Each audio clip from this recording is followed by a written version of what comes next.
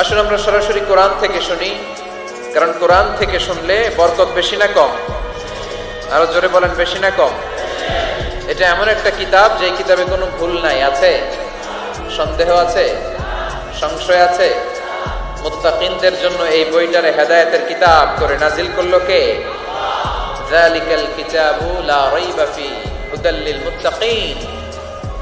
This is the book, the most authentic and original book in the world, whereof there is no doubt in it and a guidance to those who are muttaqin. এটা এমন বই যে বইয়ে কোনো ভুল নাই, কোনো সন্দেহ নাই, কোনো সংশয় নাই। মুত্তাকিনদের জন্য এই বইটারে হেদায়েতের কিতাব করে পাঠালো কে?